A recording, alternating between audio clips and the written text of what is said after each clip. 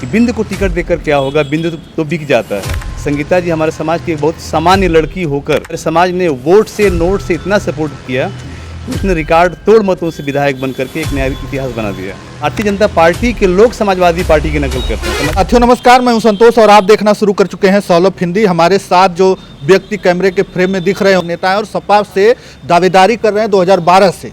आइए हम इन्हीं से परिचय जानेंगे और अभी भी जो है 2027 की दावेदार माने जाते हैं।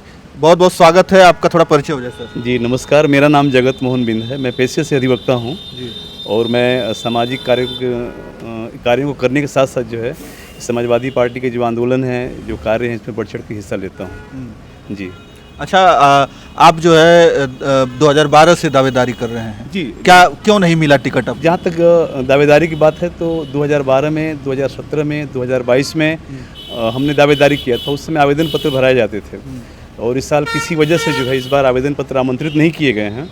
और माननीय श्रद्धेय नेताजी मुलायम सिंह यादव जी ने उस समय हमारे समाज की संख्या को देख करके कि सदर में जो हमारे समाज की संख्या है, बिंद समाज को यहाँ से भागीदारी देने का मन बनाया। कुछ राजनीतिक परिस्थितियाँ ऐसी थी कि बिंद समाज को भागीदारी नहीं मिल पाई, लेकिन हमारा समाज समाजवादी पार्टी के साथ लगा रहा। अच्छा जी, तो समाजवादी पार्टी के साथ लगा रहा, तो फिर आपने देखा कि 2017 में सरकार आ गई, यहाँ पे जो विधायक आए सदर से, संगीता बलवंत जी जो भाजपा की नेता। जी जी, तो उसकी एक वजह थी कि हमारा समाज बड़ा आहत इसलिए हुआ क्योंकि बहुजन समाज पार्टी और समाजवादी पार्टी, हमारे पिताजी बहुजन समाज पार्टी के संस्थापक रह चुके हैं गाजीपुर में। उनका नाम रामजन्म बिंद है, इस दुनिया में नहीं है।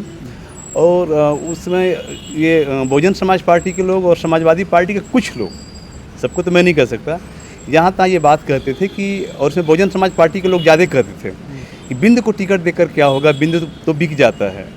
तो इस बात को हमारे लोगों ने उसको लेकर गंभीरता से लिया और काफ़ी आहत महसूस किए और उन्होंने कहा कि कोई भी टिकट लेके आएगा, हमारा समाज एक बार उसको विधायक बनाकर, और ये ब्लेम लगता है बिकाऊ होने का, इसको हम लोग हटाएंगे। और उसमें संगीता जी का ऐसा सौभाग्य रहा कि उनको टिकट मिल गया और उस बार हमारे समाज ने एक तरफा जो है वोट दे करके, और ये जो कहा जा रहा था, और संगीता जी जो आजकल के चुनाव में धनबल और बाहुबल देखा जाता है, संगीता जी हमारे समाज की एक बहुत सामान्य लड़की होकर और बिल्कुल जैसे ज़मीन के पे राजनीति करने वाली महिला जो है को टिकट मिला और हमारे समाज ने वोट से नोट से इतना सपोर्ट किया कि उसने रिकॉर्ड तोड़ मतों से विधायक बन करके एक नया इतिहास बना दिया। तो क्या 2027 में समाजवादी पार्टी भी भाजपा के नक्शे कदम पर चलेगी, किसी बिंद समाज के को टिकट देगी? समाजवादी पार्टी को भाजपा के नक्शे कदम पर चलने की बात नहीं होती है। समाजवादी पार्टी की अपनी रणनीति है और समाजवादी पार्टी किसी की नकल नहीं करती। और जहाँ तक मेरी उम्र जो है लगभग 52 साल हो रही है, मैं वर्षों से राजनीति में देख रहा हूँ कि जब नेताजी मुलायम सिंह यादव जी जब मुख्यमंत्री बने और जब वो इस प्रदेश की कमान उनके हाथ में आई, तो उन्होंने समाज के सारे वर्ग को भागीदारी देकर उनको आगे बढ़ाने का काम किया। और भारतीय जनता पार्टी के लोग समाजवादी पार्टी की नकल करते हैं, समाजवादी पार्टी भारतीय जनता पार्टी की नकल नहीं करती। अच्छा जी, तो आपको क्या लगता है कि अच्छा ये बताइए, मैं एक बात और आपसे जानना चाहूँगा। आप एडुकेट हैं और अच्छा खासा लोग जानते हैं, लोग आपको भी जानते हैं, सदर में ही नहीं जगहों पर जानते हैं, समाज में भी आपको जानते हैं जी। अच्छा ये बताइए कि पीडीए अखिलेश यादव जी ने चलाया, पीडीए जी, पीडीए का मतलब आप जानते हैं? बिल्कुल अच्छी तरह से। क्या मतलब उसको क्या? पीडीए का मतलब जो एक अगर नॉर्मल कॉन्सेप्ट में लें तो जो पिछड़े हैं, जो दलित हैं, जो अल्पसंख्यक हैं, आधी आबादी है, सब मिला जुला के जो समाज की आबादी का 90% जो हिस्सा है जो कि पीड़ित है, उसमें हर समाज के लोग हैं। किसी जाति विशेष से पीडीए का मतलब नहीं है। पीडीए का मतलब समाज में भारतीय जनता पार्टी दूसरे तरीके से लेकर के लोगों को गुमराह करने का काम करती है। और आप जानते हैं कि भारतीय जनता पार्टी लोगों को गुमराह करने का ही काम करती है। अच्छा, भारतीय जनता पार्टी पर आप आरोप लगा रहे हैं कि वो गुमराह करती है, लेकिन अभी कल परसों एक कॉन्फ्रेंस हो रहा था, उसमें देखा गया अखिलेश यादव जी क्षत्रिय समाज के लोगों को बिठाए हुए थे और ये कहे वो कि 27 में उन्हें सम्मान भी देंगे, स्थान भी देंगे। तो वो कौन से पीडीए में आते हैं? वो हमारे पीडीए में आते हैं। देखिए, जो हमारा पीडीए उस समाज का 90% वर्ग है और जो इसमें जो व्यवस्था चल रही है, तो जितने सारे संसाधन हैं उस पर 10% लोगों का कब्जा है और वो कब्जा किसी जाति विशेष से नहीं है। 10% ऐसे पूंजीपति हैं जिनको भारतीय जनता पार्टी आगे बढ़ा रही है और 90% का हक, हिस्सा, अधिकार ये 10% के लोग ही लेकर दबा के बैठे हैं। बाकी 90% लोग उपेक्षित, परित्यक्त और बहुत ही लाचारी का जीवन जी रहे हैं। हमारी पीढ़ी की लड़ाई उन्हीं लोगों का एक हिस्सा है, उन्हीं के अधिकारों के, उन्हीं की बातों के, उन्हीं के सम्मान के, चाहे वो राजनीतिक सम्मान हो, चाहे सामाजिक सम्मान हो, चाहे आर्थिक सम्मान हो, चाहे शैक्षणिक सम्मान हो। अच्छा, एक बात और कि मतलब बहुजन समाज की हम बात करें तो वो 85 की बात करते हैं जी और वही बात जो है अखिलेश यादव जी भी जी किए थे। जी। लेकिन अब जो है देखा जा रहा है कि ब्राह्मण समाज को भी आगे लेके आ रहे हैं। वो कह रहे हैं कि ब्राह्मण समाज के लोग भी को जोड़ना है। जी। इसके बाद जो है क्षत्रिय समाज को भी आप देख ही लिए कि क्षत्रिय समाज को भी जोड़ रहे हैं। तो फिर आखिरकार मतलब क्या है जिसे लोगों को बस ऐसे बहकाने के लिए बातें होती एक चीज़ हैं? मैं स्पष्ट कर दूं कि जो क्षत्रिय समाज हो, चाहे ब्राह्मण समाज हो, कोई भी समाज हो, उपेक्षित लोग हर समाज में मौजूद हैं। ऐसा नहीं कि क्षत्रिय समाज है तो क्षत्रिय समाज में हर कोई संपन्न नहीं है, ब्राह्मण समाज में हर कोई संपन्न, ऐसी कोई बात नहीं है। हर समाज में दुखी लोग हैं, हर समाज में पीड़ित लोग हैं, हर समाज में परेशान लोग हैं। मतलब दुखी और परेशान जो लोग हैं वो समाजवादी पार्टी के साथ हैं। वो हमारे पीढ़ी का हिस्सा है। अच्छा जी।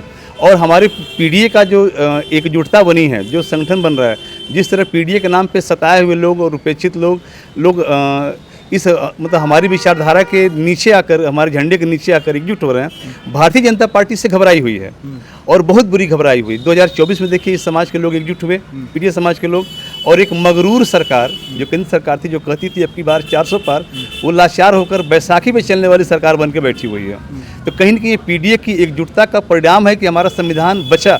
अगर हमारा पीडीए एकजुट नहीं होता तो ये जो बीजेपी के लोग हैं, एक साजिश के तहत संविधान को जो ख़त्म करने की साजिश कर रहे थे, अब तक संविधान को ख़त्म कर दिए होते। और हमारा पीडीए एकजुट होकर 2027 में इनको हटाने की शुरुआत करेगा, भारतीय जनता पार्टी के लोगों को। 2027 में पहले यूपी से हटाएंगे, फिर 2029 में इनको पूरे देश से हटाएंगे, संविधान को बचाएंगे। 2027 में कैसे हट जाएंगे? अभी बंगाल का चुनाव आपने देखा जी। बंगाल के साथ साथ आसाम का देखा, 3 राज्यों में जो है सरकार आ गई भाजपा की। जी।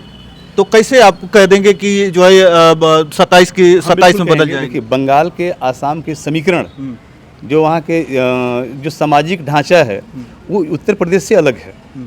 आप 24 का रिजल्ट देख लीजिए। बंगाल में बीजेपी ने अच्छा प्रदर्शन किया, आसाम में अच्छा प्रदर्शन किया, लेकिन उत्तर प्रदेश ने इनका दिल्ली का रास्ता जो है ऊबड़ खाबड़ कर दिया। अगर थोड़ी सी और मेहनत हो गई होती, जैसे बिहार में जितना मेहनत यहाँ के समाजवादियों ने किया, जैसे उस समय राष्ट्रीय अध्यक्ष जी ने एक नारा दिया था कि यूपी और बिहार में 132 पे रोक दो इनको, 80 यूपी 40 बिहार। अगर 180 पे रोक दिया जाए तो भारतीय जनता पार्टी पूरे देश से बाहर हो जाएगी। उत्तर प्रदेश की जनता ने माननीय राष्ट्रीय अध्यक्ष जी की बातों को मानकर, उनको सम्मान देकर यहाँ से तो रोक दिया उनको। बिहार के लोग नहीं रोक पाए, क्योंकि वहाँ भी देखिए समीकरण बहुत अलग है उत्तर प्रदेश से। उत्तर प्रदेश की जो भौगोलिक व्यवस्था है, बिहार की व्यवस्था, पश्चिम बंगाल की व्यवस्था, आसाम की व्यवस्था से अलग है। इसलिए हम लोग यहाँ उनको रोकने में कामयाब होंगे। कामयाब 24 में हुए भी हैं और 29 में और 27 में 29 में हम लोग कामयाब होंगे भी। अच्छा, आपको क्या लग रहा है? अभी की मैं बात करूं तो अभी जो है मोदी जी ने एक बयान दिया है, कह रहे हैं कि जो विदेश यात्रा कर रहे हैं, जो मिडिल क्लास के लोग हैं, ज़्यादातर घूमने के लिए जाते हैं बाहर, तो अब उस पर रोक लगाना पड़ेगा। सोना खरीदने पर थोड़ा सा देखना पड़ेगा, सोना थोड़ा मत खरीदिए 1 साल तक। इसके बाद कम जो है डीजल पेट्रोल की खपत करिए, कम फालतू में मत घूमिए, ट्रांसपोर्ट का यूज करिए, जैसे रेलवे का यूज करिए, इलेक्ट्रिक। हाँ, बहुत सारे। आखिरकार क्यों? अभी तो चुनाव जब बंगाल में चल रहा था तो ये लोग तो रैली कर रहे थे, फर्स्ट क्लास का जो है गाड़ी, हेलीकॉप्टर, तमाम चीज़ें थी। अब जो है उनके चुनाव खत्म होने के बाद ये इस बयान को आप किस प्रकार से देखते हैं? इस बयान के पहले भी मोदी जी की फिजूल खर्ची जो है, चाहे उनका लाखों का सूट हो, चाहे कई सौ करोड़ का उनका जो विमान है, चाहे उनका रोड शो हो, अभी इस बयान के पहले भी वो कर रहे थे। इस बयान को देने के बाद भी आज आपने देखा होगा कि आज उन्होंने रोड शो किया है। क्या देश का विकास के लिए सारा कंप्रोमाइज़, सारा समझौता केवल जनता करेगी? अगर उनको देश से इतना ही प्रेम था और इतना ही उनको लगाव है, तो जो उनके बीजेपी के लोग हैं, आज 21, 22, 23 प्रदेशों में उनकी सरकार बन गई है। एक बहुत बड़ा उनका मंत्रिमंडल या बहुत बड़ा उनका समूह जो सरकार में है, सबके नाम से खर्चों को रोक देते। जितने सारे खर्चे हैं, उनकी सुविधाएं रोक देते, उनके पेंशन रोक देते, साल भर के लिए उनकी सैलरी रोक देते और उस सबको देश हित में लगा देते। तब तो कहा जाता है कि वाकई मोदी जी देश के बारे में सोच रहे हैं। मोदी जी ही वह व्यक्ति है ना जो कुछ समय पहले चिल्ला रहे थे कि ये लोग आपका मंगलसूत्र तक छीन लेंगे, सावधान कर रहे थे। वास्तव में आज देश की महिलाओं का मंगलसूत्र किसने छीना? मोदी जी ने छीना। उस बयान के बाद ही सोने के भाव में इतना उतार चढ़ गया, इतनी महंगाई बढ़ गई। सोने चांदी की क्या कहिए, हर चीज़ में महंगाई चढ़ गई कि आज जो है हमारे जो रसोई की थाली है उसका दाम देख लीजिए। आज जो है ये गैस सिलेंडर ये करें कि अगर पर्याप्त मात्रा में मौजूद था तो 993 रुपये दाम बढ़ाने की क्या ज़रूरत थी। तो जाहिर सी बात है कि इनका सारा काम केवल देश के पूंजीपतियों को फ़ायदा पहुंचाने के लिए, देश के पूंजीपतियों को ये इनकी कोई राय नहीं है।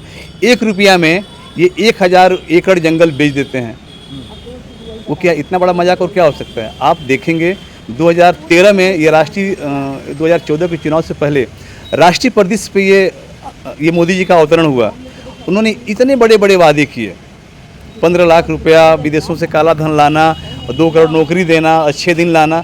तब से लेकर आज तक इनका कोई सिंगल वादा अगर देश की जनता से पूरा हो गया हो तो देश की जनता कह सकती है। वास्तव में ये अपने पहले कार्यकाल के दौरान ही देश की जनता की निगाहों से उतर चुके हैं। अगर वाकई में ईमानदारी से चुनाव हुए होते तो 2014 के बाद 2019 में ही नहीं आते। लेकिन ये जैसे वोट चोरी का तो पूरी दुनिया ने देख लिया, कैसे बीजेपी के लोग वोट चोरी करते हैं। अभी हाल में बंगाल के चुनाव में गिनती के दौरान कैसे वोट चोरी होता है, चुनाव आयोग ने कैसे वोट चोरी कर। तमिलनाडु में नहीं वोट चोरी हुआ, बंगाल में आप लोग आरोप लगा देते हैं कि वोट चोरी हुआ। तमिलनाडु में जो है सरकार आई विजय की, तो वहाँ पे वोट चोरी नहीं हुआ। जी, ये करते क्या हैं कि अपने को ईमानदार साबित करने के लिए कि हम चोर नहीं हैं।